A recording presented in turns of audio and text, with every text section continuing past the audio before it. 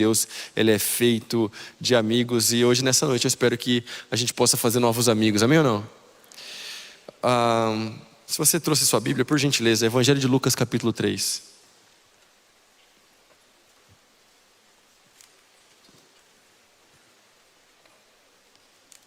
Eu vou ler na Nova Versão Transformadora, na NVT, mas você pode ler na versão que você trouxe da sua casa, a partir do versículo 1, por favor.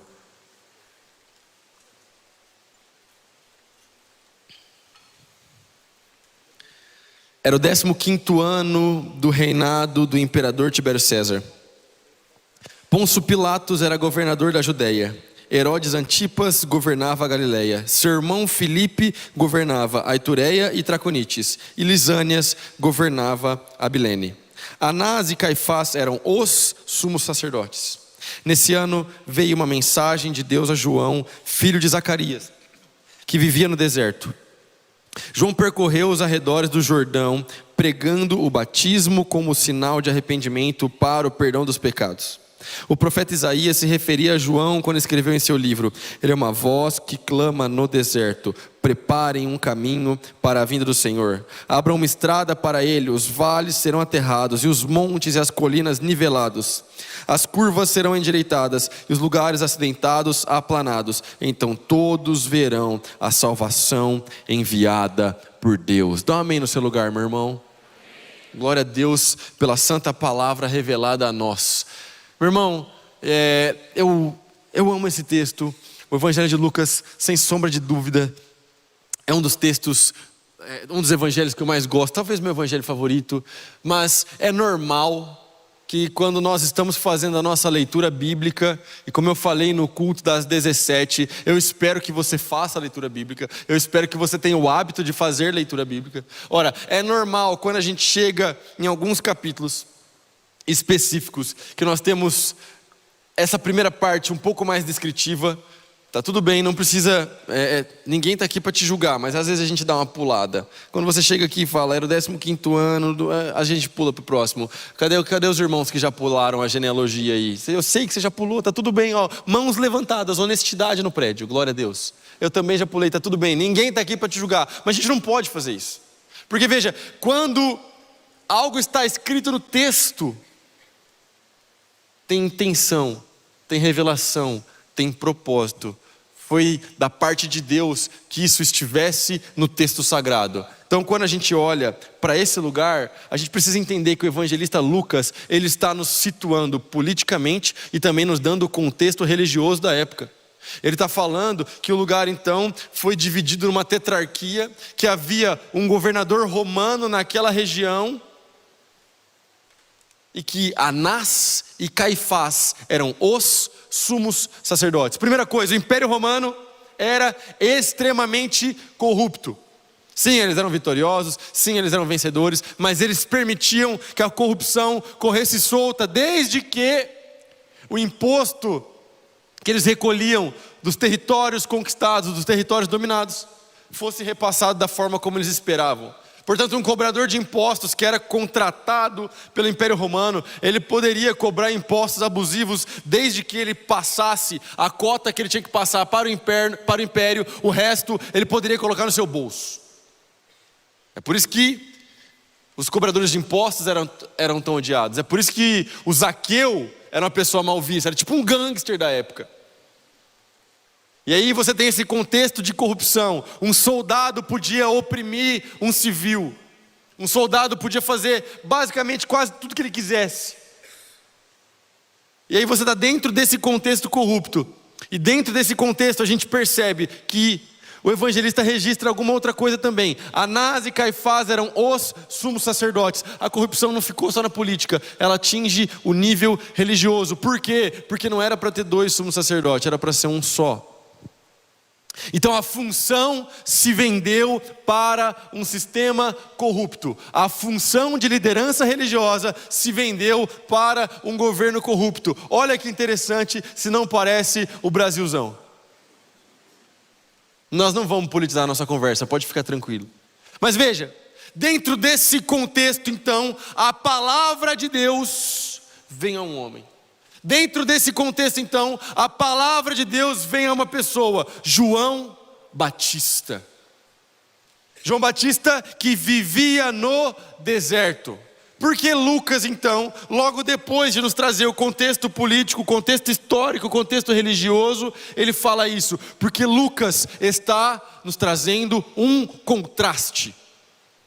Veja, entenda uma coisa aqui, meu irmão, minha irmã, em nome de Jesus. Você precisa entender que João Batista, ele é a dobradiça, é assim que Hernandes Dias Lopes nos ensina. Ele é a dobradiça do Antigo Testamento para o Novo Testamento. Ele é a conexão da antiga aliança para a nova aliança. Portanto, nesse momento, ele é um profeta ainda nos moldes do Antigo Testamento. Quando a palavra de Deus vem sobre João, é como a palavra de Deus quando ela veio sobre Elias, é como a palavra de Deus quando ela veio sobre Jonas, é como a palavra de Deus quando ela veio sobre Eliseu. É dessa forma. Ele é um profeta nesses moldes. Mas qual é o contraste? Porque a palavra de Deus não foi para o sistema religioso. A palavra de Deus não foi para os sumos sacerdotes, aqueles que eram os homens de Deus que deveriam carregar a presença. E sim, João poderia ser um sacerdote, ele era filho de sacerdote, mas ele não estava corrompido pelo sistema como Anás e Caifás. Você sabe muito bem que o sumo sacerdote, veja como era a roupa que os sacerdotes usavam. A roupa era caríssima, super difícil de ser produzida. E existe um detalhe interessante na palavra de Deus, que a roupa debaixo do sacerdote deveria ser produzida com o mesmo tecido da roupa externa, daquilo que era visível. Porque isso era um sinal, um símbolo de que ele deveria ser puro, tanto internamente quanto de forma externa. Mas não era isso que estava acontecendo. Aqueles já haviam se corrompido. Muitas vezes, família, tem gente que tem uma estética religiosa, mas por dentro já se corrompeu. Sabe, nós estamos numa igreja maravilhosa, numa igreja linda. Você sabe disso. Essa é provavelmente uma das igrejas mais bonitas do Brasil. E aqui dentro é fácil ser crente, porque todo mundo levanta a mão, todo mundo conhece a música, todo mundo canta, todo mundo louva, e é legal pra caramba, e toca a música que eu gosto, no repertório que eu gosto, ótimo. Mas lá fora? Porque aqui dentro é mais fácil termos a estética gospel, é mais fácil termos a estética crente. A questão é, quando pisamos fora desse ambiente, essa imagem se sustenta ou por dentro existe algo que te denuncia? Eu estou pregando para alguém aqui nessa noite ou não? Veja, eu estou falando da palavra de Deus, porque é isso que a gente está vendo hoje no Brasil. O que a gente vê hoje é exatamente isso. A galera que diz que é crente porque ser crente está na moda, ser crente é legal pra caramba, ser crente está no hype. E os nossos jogadores, a gente gosta de futebol, eu gosto de futebol mais do que eu não deveria gostar tanto de futebol, porque eu torço pro São Paulo. É horrível torcer pro São Paulo. E agora eu tô com 33, não dá pra trocar mais de time, pega mal. Mas sabe qual que é o negócio? Como ser crente está na moda, o jogador posta foto com versículo, mas depois ele trai a esposa e a gente acha normal. É isso que está acontecendo com o evangelicalismo brasileiro. É isso que virou. É uma forma, é uma estética evangélica, mas a essência está se derretendo. Eu estou olhando para uma juventude que não vai perder a essência em nome de Jesus. Pessoal, veja. A palavra de Deus vem a João, e a gente sabe que João, ele era um cara meio esquisito, ele era um cara meio estranho. Todas as representações que a gente vê de João, eles representam João meio esquisito, porque ele era esquisito mesmo. Ele usava roupas de peles de animal, ele comia mel silvestre e gafanhotos, e amarrava a sua roupa com um cinto de couro. A roupa é estranha, a estética é feia, porque, de novo, é o contraste. Daqueles que tinham a pompa, mas não tinham a presença. Mas daquele que não tem pompa nenhuma, mas na verdade ele carrega a presença de Deus. E nós estamos, como eu falei, na dobradiça, na virada da antiga aliança para a nova aliança. E aqui, nesse lugar, existe algo que você precisa lembrar. 400 anos de silêncio profético, desde que o último profeta havia anunciado a palavra do Senhor.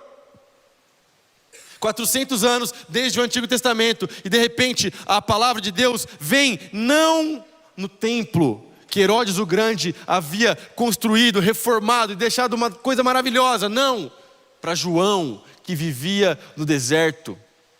Sabe, porque a gente está cansado de saber que a palavra de Deus, ela não escolhe quem é mais famoso, quem tem o sobrenome mais interessante, quem tem mais seguidor no Instagram. Desde quando seguidor no Instagram e inscrito no YouTube virou sinônimo de espiritualidade? Sabe, família, a palavra de Deus, ela vem para quem tem o coração alinhado com o Pai. E a palavra de Deus, ela vem sobre João no deserto. João não frequentava o deserto. Ele não era alguém que visitava simplesmente o deserto. Ele morava no deserto.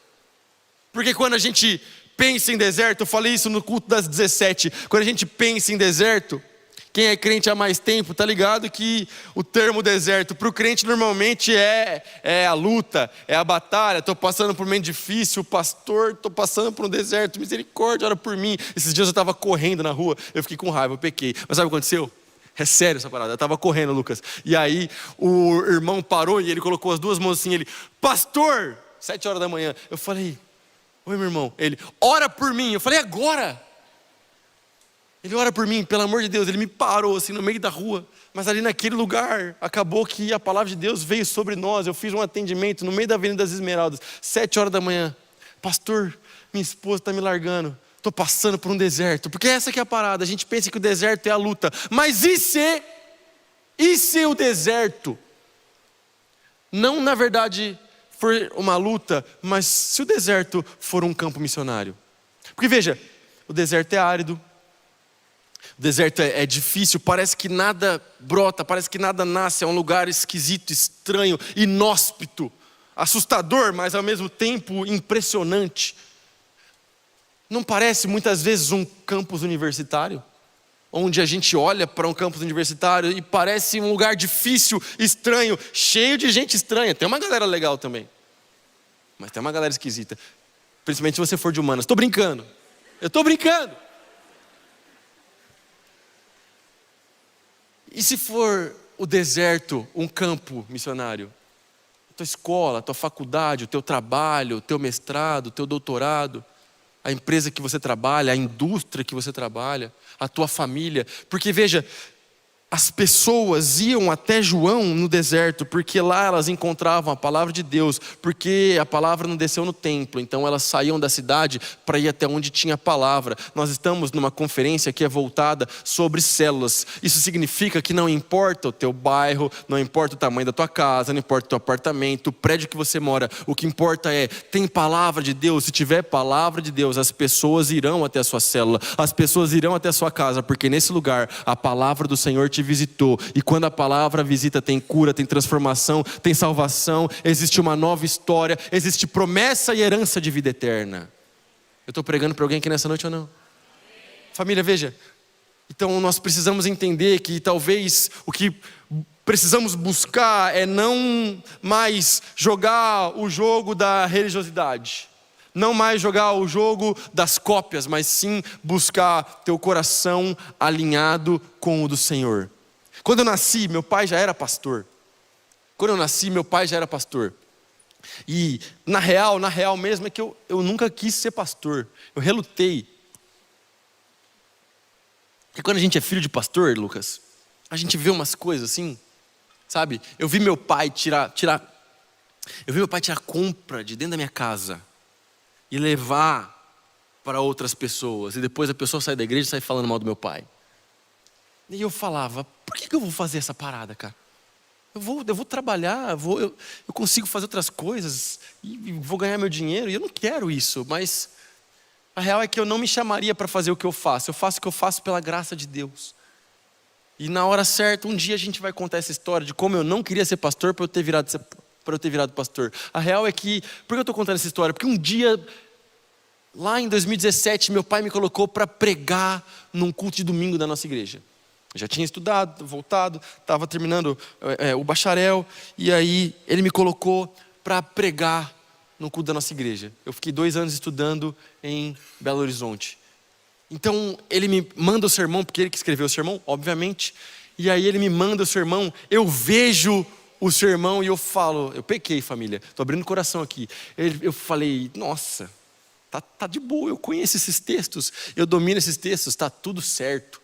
E eu li aquele texto e eu fui para o púlpito. A gente estava num outro prédio, a gente tinha 4 cultos na época. E eu preguei no culto da noite, que era um culto bem frequentado da nossa igreja. E eu preguei aqueles textos da maneira como eu achava que eu estava dominando aquele negócio, com o peito estufado. E eu pequei de novo. E aí eu continuei pregando. E quando eu acabei, eu desci assim, pelo lado direito do púlpito. E tem um balcão de informações. A gente fica ali, o departamento da ordem de culto. E quando eu desci, o meu pai veio na minha direção, Lucas. E quando ele veio na minha direção, o meu pai é maravilhoso, meu pai é o melhor pastor que eu conheço. E aí ele pegou na minha mão e falou: parabéns, meu filho, muito bom, só faltou unção. Virou as costas e saiu andando. Não existe um exagero nessa história que eu estou te falando. Eu ainda não era casado, porque eu casei em 2018. Então eu liguei para então minha noiva, Jamila Jardim, e falei: meu amor, ela não era Jardim ainda, né? Ela era só de Mendonça, mas enfim. Aí eu liguei para ela e falei: você não sabe o que aconteceu? Meu pai fez isso. E ele falou que eu preguei sem unção. E a minha esposa é maravilhosa. Minha esposa tem uma sabedoria transcendental. E ela virou para mim e falou assim: você decidiu voltar para casa e trabalhar com seu pai. O mínimo que você deveria fazer é ouvir o que seu pai tem para dizer. Case com alguém que seja sábio. Case com alguém que tenha sabedoria. Não case com gente que só fala o que você quer ouvir. Eu casei muito bem para a glória de Deus. Então eu fui para casa. Eu não falei com meu pai naquela noite. Na segunda-feira, que é a folga universal pastoral, a gente senta na mesa. E eu ainda não tinha falado com meu pai. Até a hora do almoço. E eu falei: que história é essa? Que eu preguei sem unção. Como é que você fala isso para mim? Meu pai não falou nada. Ele continuou conversando normal. Terminando de almoçar, ele falou: vem aqui, meu filho. A gente foi até o escritório dele. Ele abriu a Bíblia. E ele falou assim: filho, presta muita atenção que eu vou te falar isso uma vez só. Se você quiser aprender, o momento é agora. Um bom professor dá uma boa aula em 35, 45 minutos. Foi isso que você fez ontem na igreja. Mas você não foi chamado para ser um bom professor. Você foi chamado para pregar o evangelho e para incendiar os corações. E para isso você precisa ter unção. E você subiu no púlpito da igreja ontem parecendo uma geladeira. Mas naquele dia, o meu pai estava me ensinando uma coisa muito interessante. Davi, quando você subir, não é para você fazer um show-off de conhecimento, mas é para você demonstrar o poder de Deus que atua em nós, através da palavra. Veja, eu não estou falando isso para contar a história sobre mim. O que eu estou falando é: eu entendi algo no discipulado, no 1 a 1 com meu pai, que mudou a minha vida. E eu nunca mais fui o mesmo depois daquela conversa. Meu pai abriu a Bíblia e ele começou a me ensinar sobre unção, sobre pregação. E mudou a minha história. Sabe por que eu estou falando isso? Porque a palavra de Deus veio a João. E isso é como se fosse um prenúncio daquilo que acontece depois em Atos, capítulo 1, versículo 8, que é quando o poder de Deus desce, que Jesus está falando que o poder de Deus desceria sobre os discípulos e que eles seriam testemunhas em todo lugar. E essa promessa se estende a nós, porque não adianta a gente querer fazer as coisas sem o poder de Deus, não adianta a gente querer fazer as coisas sem unção. Veja, é possível fazer um monte de coisa sem o poder de Deus, é possível inclusive obter alguns resultados sem o poder de Deus, mas nós vamos obter tudo isso menos a aprovação de Deus. É possível fazer célula sem o poder de Deus. É possível fazer célula sem unção. É possível pregar sem unção. É possível fazer culto sem unção. É possível fazer uma reunião sem unção. É possível fazer uma conferência sem unção e sem poder de Deus. Mas é impossível obter a aprovação de Deus.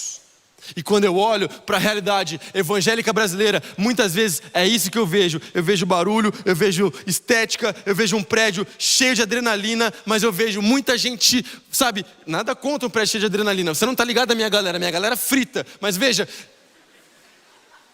às vezes eu vejo um prédio cheio de adrenalina, mas com zero de presença.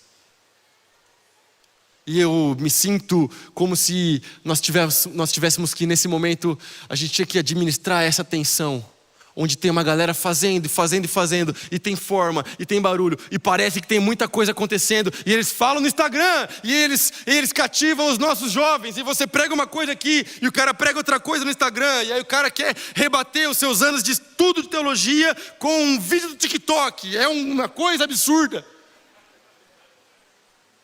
Mas a gente precisa entender que nós precisamos voltar para esse lugar de integridade e legitimidade e unção diante de Deus.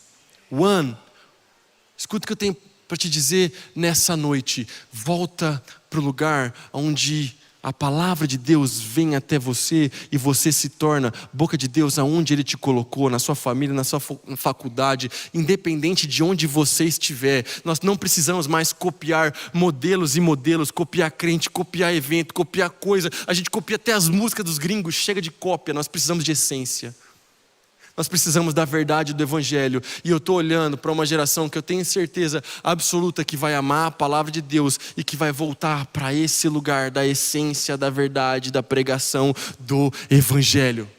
Porque Atos capítulo 1, versículo 8, depois se cumpre em Atos 2 com o derramar do Espírito Santo. E quando a gente fala de poder de Deus, é algo muito interessante. Porque falar de poder de Deus, principalmente quando você roda algumas igrejas, qual é a imagem, qual é a estética que vem na cabeça do crente? Poder de Deus, vem uma experiência sobrenatural, pentecostal.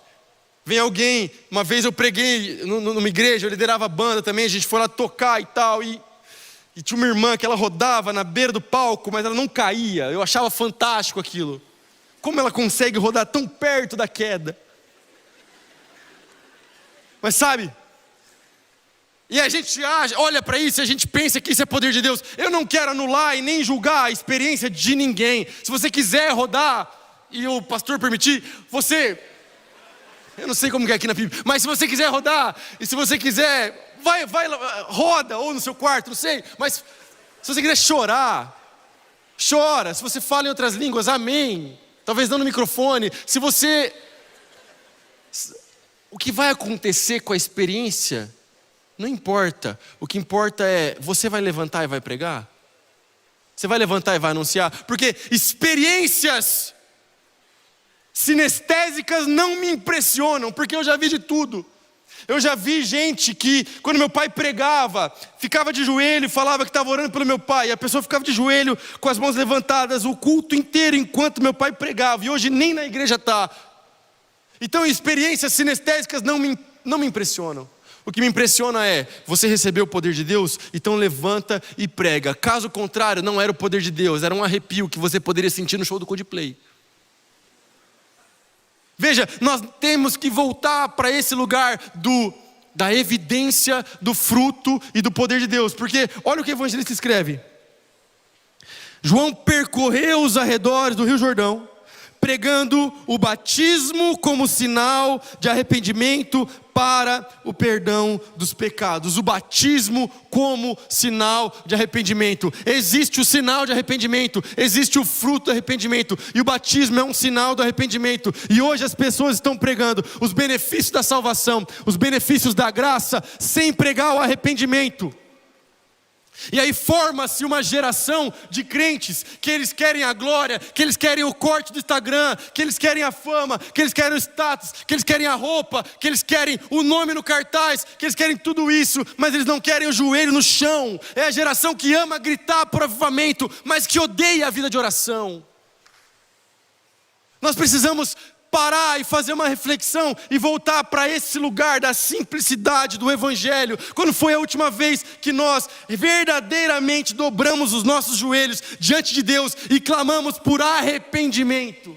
Por arrependimento por tudo que tem acontecido nas nossas igrejas, por arrependimento por tudo aquilo que eu tenho feito, que você tenha feito, arrependimento dos nossos pecados. Quando foi a última vez que nós verdadeiramente clamamos a Deus? Deus tem misericórdia de nós. Como a parábola do publicano e do fariseu. Porque às vezes as nossas orações soam muito mais como as orações do fariseu do que as orações do publicano, que batia no peito e falava que não era digno de olhar para o céu. Mas só um saiu justificado. Essa é a mensagem que eu carrego para tudo quanto é lugar que eu prego. Essa é a mensagem que eu prego para os meus jovens. O Japa está aqui comigo, ele viajou comigo dessa vez, porque obviamente não pude trazer minha esposa, não tem que trazer um discípulo. Mas veja, essa é a mensagem que eu prego para a galera. E eu vivo por essa mensagem, e eu acredito que essa é a mensagem que nós precisamos pregar, que você precisa anunciar. Não existe graça sem a cruz. sem a cruz de Cristo. Não existe os favores de Deus sem arrependimento. É loucura pregar a bênção e a salvação sem arrependimento. Não é isso que acontece no livro de Atos, quando aquelas pessoas se convertem com a pregação de Pedro. O que Pedro fala? Vocês precisam se arrepender dos seus pecados, então vocês serão batizados. E o arrependimento, ele traz sinais, fruto. A árvore a gente conhece pelo fruto. E veja, os frutos não são outra coisa senão frutos internos, frutos externos. E a lista dos frutos está lá em Gálatas, capítulo 5, versículo 22. Essa é a lista.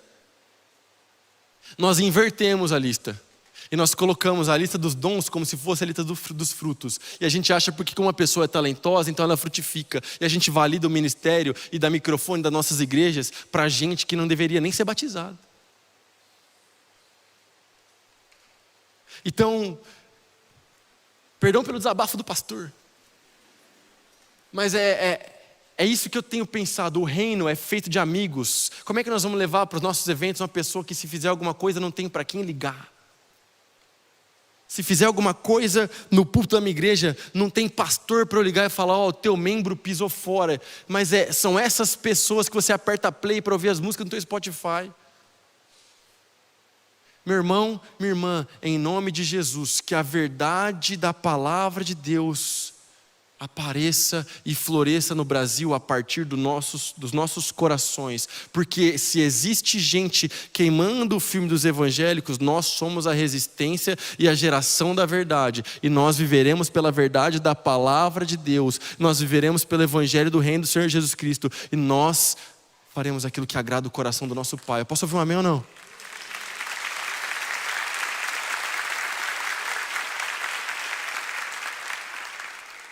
Versículo 4. O profeta Isaías se referia a João quando escreveu em seu livro: ele é uma voz que clama no deserto, preparem o caminho para a vinda do Senhor. Veja, daqui a gente tirou o nome do nosso ministério. A gente fez um rebranding aqui nessa parada. Ele é uma voz que clama, uma voz que ecoa. Por isso nós somos a Juventude Eco. Acreditamos que devemos ser uma voz que ecoa. E o eco é porque o eco, ele não é o som original. O eco, ele é o reflexo do som original. Porque o som que precisa ser ouvido não é o som da nossa voz. Nós simplesmente refletimos a voz do Senhor em nós. Mas existe algo muito interessante aqui. João era uma voz. O título original dessa mensagem é Geração de João Batista. Um nome ou uma voz. E como nós já falamos, eu não quero ser repetitivo. Muitas vezes, a nossa geração, a lógica da rede social e tantas coisas que acontecem nos empurram para esse lugar onde nós queremos ser um nome. Onde nós queremos que o nosso nome brilhe. Onde nós queremos que o nosso nome apareça. E nós não fomos chamados para ser um nome. Nós fomos chamados para ser uma voz. João Batista, ele tinha até uma certa dificuldade para provar para as pessoas que ele não era o Cristo. Tamanha graça que ele carregava. As pessoas perguntavam para ele: você é o Cristo? Ele falava: não. Você é Elias? Ele falava: não. Agora, veja que interessante. Ele tinha dificuldade para provar que ele não era o Cristo. Mas nós estamos na geração que tem gente que tem dificuldade para falar que é crente. Uma vez eu fui fazer um evangelismo numa escola, Lucas. E aí eu estou nessa escola e de repente a gente chega e nós estamos nos organizando. E vem uma menina do meu ministério e ela vem e me cumprimenta. Oi, minha filha, tudo bem? Como é que você está? Tudo certo? Deus te abençoe. Ela dá um abraço na minha esposa. Vem alguém da escola e fala comigo: aquela menina é da sua igreja? Me deu um arrepio na espinha, mas eu não podia mentir. Eu falei: é. Olha, que legal, pastor. Se for para ser crente na sua igreja igual ela, eu nem quero ser. Eu ouvi isso. Meus irmãos, veja, João tinha dificuldade para provar para as pessoas e para mostrar para as pessoas que ele não era o Cristo. Porque ele sabia muito bem quem ele era, ele sabia muito bem quem ele era e o que ele deveria fazer, qual era a sua missão, qual era a sua identidade. Nós estamos falando de alguém, família, nós estamos falando de alguém que foi cheio do Espírito Santo desde o ventre da sua mãe.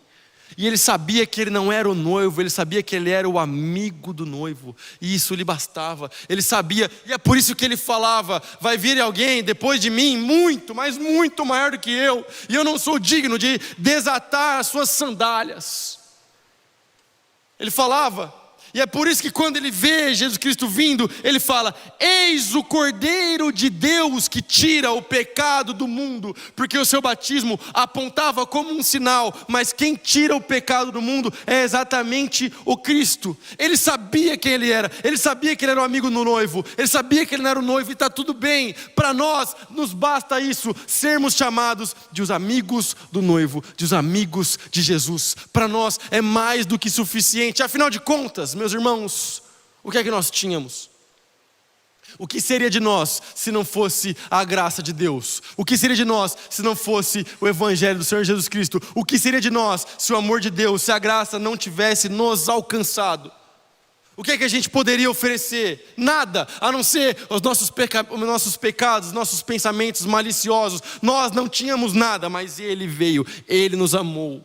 Ele nos amou primeiro, e é por isso que hoje nós podemos nos reunir e declarar que nós o amamos, porque Ele nos amou primeiro, porque a graça nos alcançou. E deixa eu falar uma coisa, talvez você está ouvindo essa mensagem aqui, e talvez isso seja algo novo para você, mas deixa eu te falar uma coisa em nome de Jesus: a porta da graça está escancarada na sua frente. Não importa a sua história, não importa o lugar onde você nasceu, não importa o que você já fez, ou o que aconteceu com você até hoje. Deus quer um compromisso contigo a partir do dia de hoje, e Ele pode escrever uma nova história na sua vida, e essa nova história, ela está a uma oração de distância.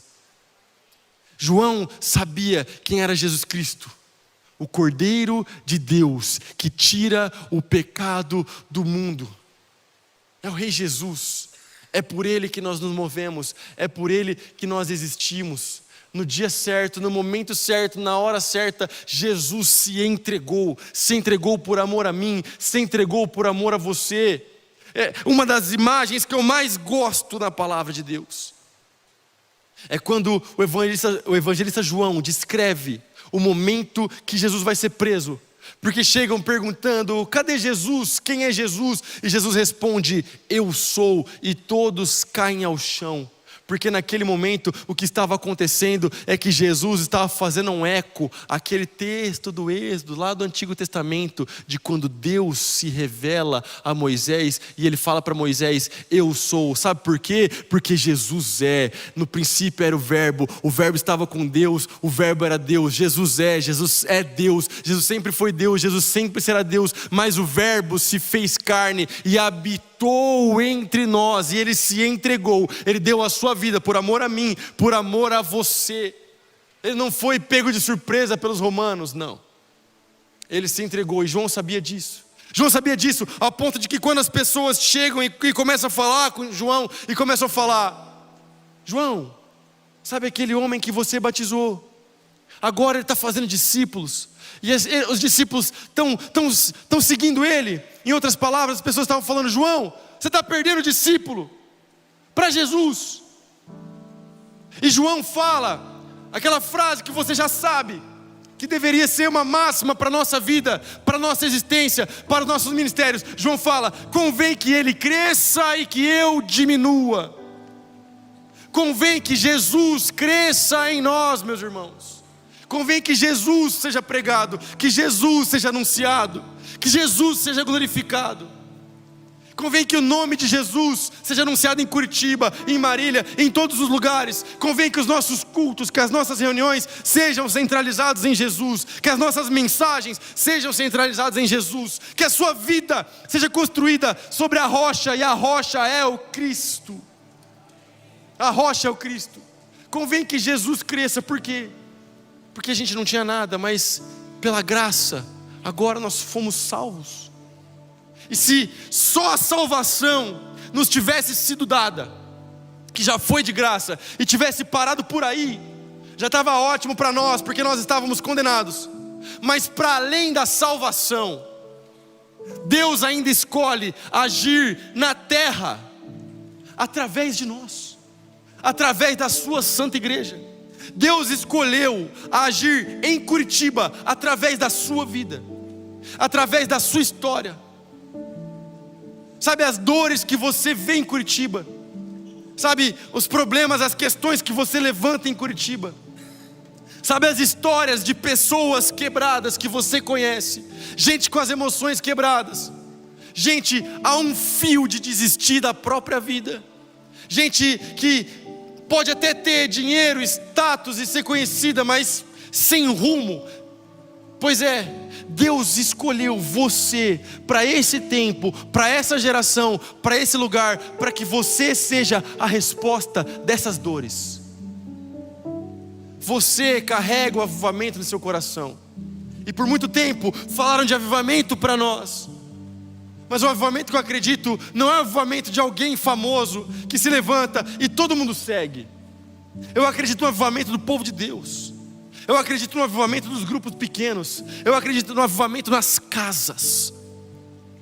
Casas de glória, casas cheias da glória de Deus. Gente como João Batista, que não está preocupado em seu nome, mas está preocupado que o nome do Senhor Jesus Cristo seja glorificado, anunciado, pregado. É nesse avivamento que eu acredito. E aí na última rua, do último bairro, na casa mais simples, ou na maior casa, do condomínio mais caro, não importa. O que importa é o evangelho está sendo anunciado. É nesse avivamento que eu acredito.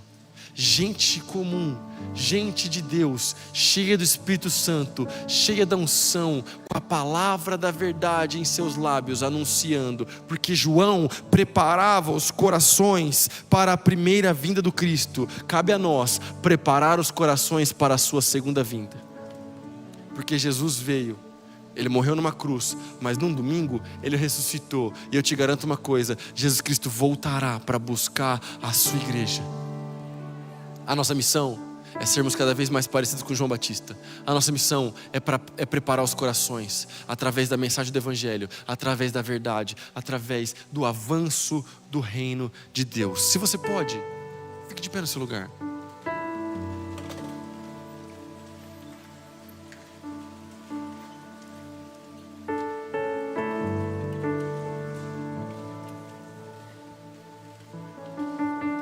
Feche os seus olhos, por gentileza. Eu gostaria que você fizesse uma oração agora. Veja, voz na igreja não é só para quem está com o microfone.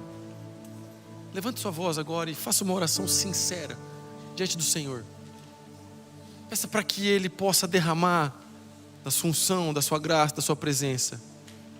Peça para que a palavra de Deus venha sobre você como ela foi sobre João Batista. Peça para Ele te mostrar e te ajudar a identificar qual é o deserto que você está inserido, porque você é a resposta para esse lugar. Você carrega a resposta, você carrega a mensagem da verdade, você carrega o evangelho da cruz de Cristo, você carrega o poder de Deus. Pai, em nome de Jesus, nós te pedimos, Pai, nessa noite, aumenta o volume da Tua presença nesse lugar. E nós te pedimos, Pai, mexe com as nossas estruturas e transforma o nosso coração. Pai, que possamos cada vez mais buscarmos a Tua face. Que possamos voltar para o lugar onde amamos a Tua presença. O lugar onde amamos a Tua presença simplesmente por quem o Senhor é, independente daquilo que o Senhor pode nos dar, porque o Senhor é bom, o Senhor já nos deu tudo. Que possamos amar a Tua presença dia após dia, e que o Senhor possa nos capacitar para o anúncio, para o avanço, para a pregação. Que o Senhor possa impulsionar as nossas células, os nossos grupos pequenos. Que o Senhor possa realmente fazer com que o nosso coração retorne para esse lugar.